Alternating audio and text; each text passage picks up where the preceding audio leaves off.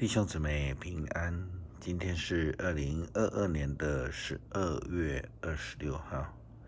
今天的经文是诗篇148篇，箴言第4章第7节到15节，使徒行传第7章第59节到第8章的第8节。今天要跟大家分享的主题是宇宙观，或是我们应该说宏观。圣经的箴言是圣经中智慧文学的代表，它是所罗门王或是在他的时期里面所收集的一些劝世文，是所罗门王用来劝告他自己子孙的教导。基督信仰也非常强调智慧，圣经经常提到敬畏耶和华是智慧的开端。追求智慧的目的是要明白上帝的旨意，追求上帝的道路。圣经说，追求智慧是最切切的事，要用你所有的一切换取见识。喜爱智慧，智慧就会使你成功；珍惜智慧，智慧就会使你喜尊荣。智慧将会使你头上的光荣的华冠。年轻人啊，听我说，你若谨守我的话，就会延年益寿。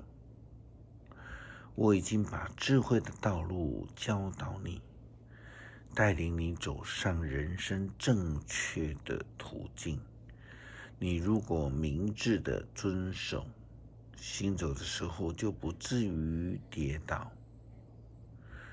要牢牢的记住你所学习的，你受的教育等于是你的生命。坏人走的路你不要走，邪恶者的榜样你不要学，要躲避邪恶，不要跟从，只管走你的路，拒绝同流合污。许多人追求信仰，或者是说宗教只在追求自己的益处，并不是要追求跟随上帝。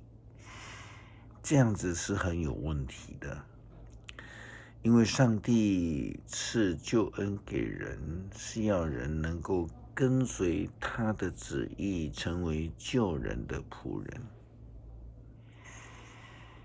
既然我们不是求自己的益处，就如同保罗写在哥林多教会的信，他写到的，他说，爱是坚忍的，是仁慈的，有爱就不嫉妒，不自夸，不骄傲，不做鲁莽的事，不自私，不轻易动怒，不记住别人的过错，不喜欢不义，只喜爱真理。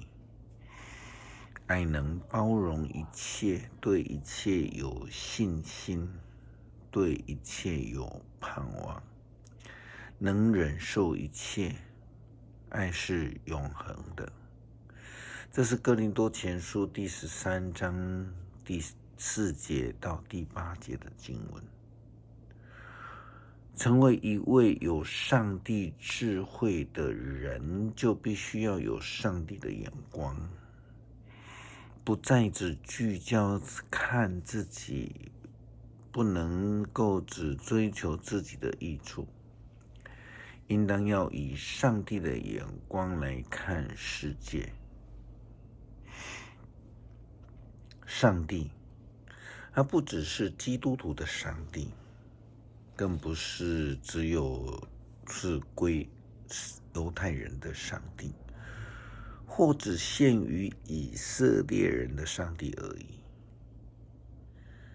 根据创造观来看，上帝创造人，上帝也创造世界，上帝创造了宇宙。上帝是亚伯拉罕子孙的上帝，他同时也是全人类的上帝，这应该包括非选民以及非基督徒们。上帝更是世界的上帝，也是他所创造宇宙的上帝。现代的那个台语汉字诗篇148篇的标语这样提到：宇宙拢着称赞上主。就好像现代中文译本的翻译，他说呼召全宇宙颂赞上帝。和本的翻译，这个宇宙就翻成万有。无论怎么样的翻译，很明白的，这就是针对更广大的对象，绝非只限制于基督徒、选民或是以色列人而已。使徒行传第7章记载了司提反殉道的情形。当时候在一旁有一个人在观看，那个人就是眼界非常小，而且没有上帝智慧的人。那个人他的名字叫扫罗，后来他改称为保罗。因为他当时候是一个迫害教会的杀手。圣经记载说，从那一天开始，耶路撒冷的教会遭受极残酷的迫害。使徒以外所有的信徒都分散到犹太和撒玛利亚各地区去。有些虔诚的人把司提反埋葬了，并且为他大声的哀哭。这个时候，扫罗进行摧残教会的工作，他挨家挨户的搜捕男女信徒，把他们关进牢里。但是也因为扫罗，也因为犹太教徒以及法利赛人，他们没有上帝的智慧这样的眼界，他们迫害了基督徒，反而让福音传到了撒玛利亚，就是所谓的外邦。这就是上帝的智慧，这就是上帝的智慧跟旨意。圣经说，那些分散的信徒到各地去传福音，腓利也到了撒玛利亚去，向当地的人宣讲基督的事情。群众都聚精会神地听腓利所说的话，他们一边听一边观看他所有的神迹。有许多人被污灵附着，那些污灵大声的呼叫，从他们身上出来，还有许多患癫痫的、